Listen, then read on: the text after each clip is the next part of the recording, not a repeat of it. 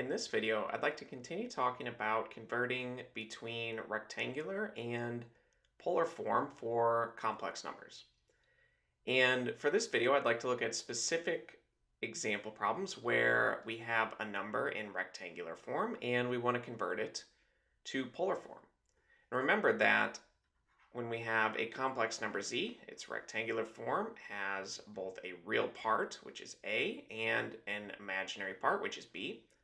But we can also write this complex number as its magnitude, or the absolute value of the complex number, multiplied by the cosine of the angle theta, where theta is measured from the positive real number axes, plus I multiplied by the sine of theta.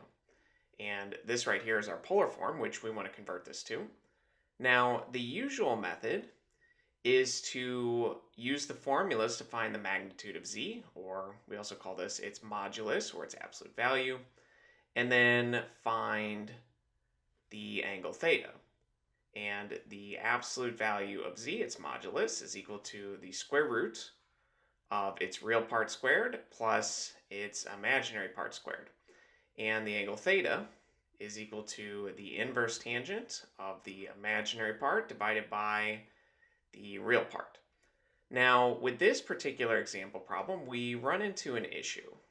Since z1 is 0 plus 10 times I, we can find its magnitude, which when you plug it in, you will find that the magnitude is 10, and we'll come back to that in a moment.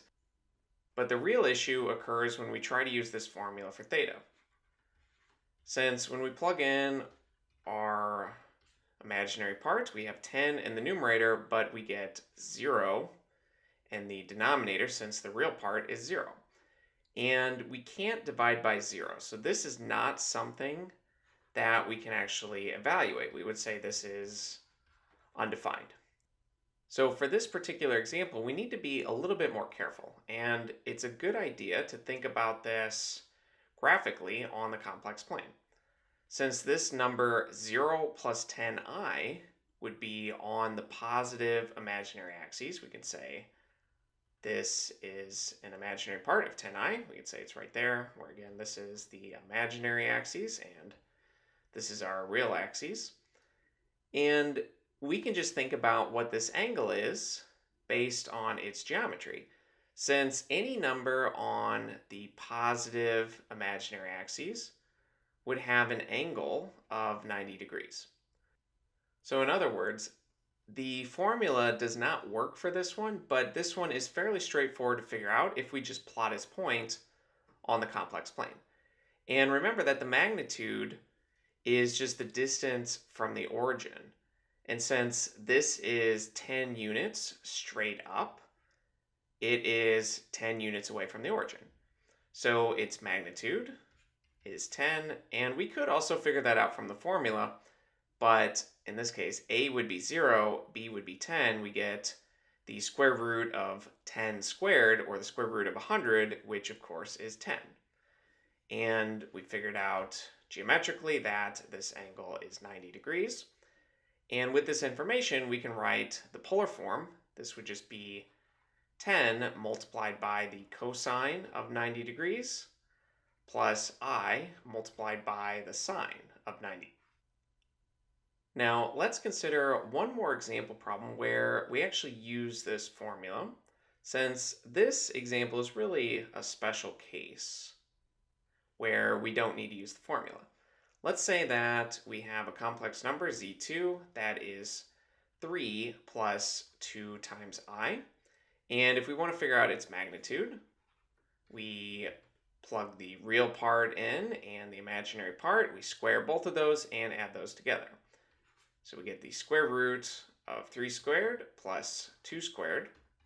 3 squared is 9, 2 squared is 4. So we get the square root of 13, which we can't simplify since 13 is a prime number.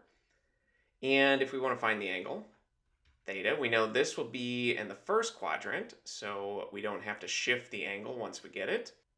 And remember that as long as this complex number is in either the first or the fourth quadrants, then this formula is valid since it gives outputs between minus 90 degrees and positive 90 degrees.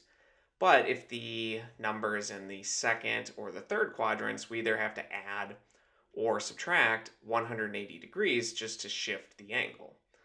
So in our case, we're in the first quadrant, meaning we don't have to add or subtract 180, and we can just plug these into our formula. We have the imaginary part, which is 2, divided by the real part, which is 3. And if we evaluate this on the calculator and we make sure that we're in degree mode, we can find that this angle theta is approximately 33.69, and we can round it to 33.7 degrees, meaning that we can write this number z2 in its polar form as the square root of 13 multiplied by the cosine of 33.7 degrees plus I multiplied by the sine of 33.7 degrees.